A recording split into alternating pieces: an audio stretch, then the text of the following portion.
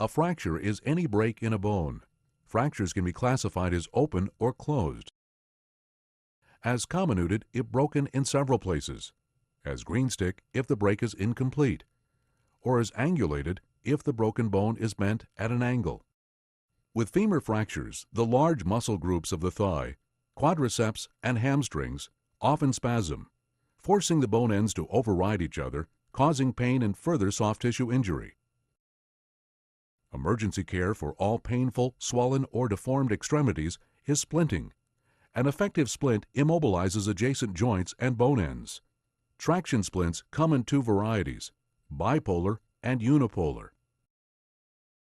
A traction splint counteracts muscle spasms and greatly reduces pain.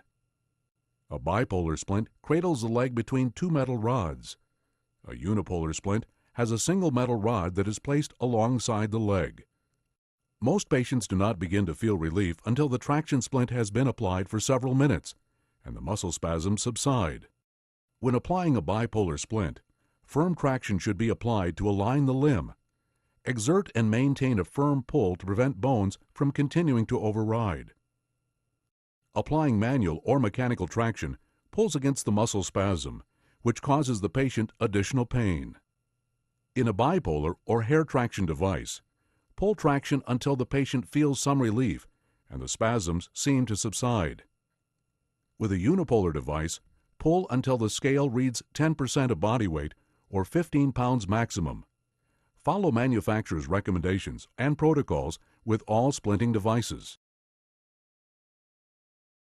Whatever the injury, effective splinting minimizes the movement, decreases the patient's pain, and helps prevent additional injury to soft tissues such as nerves and muscles.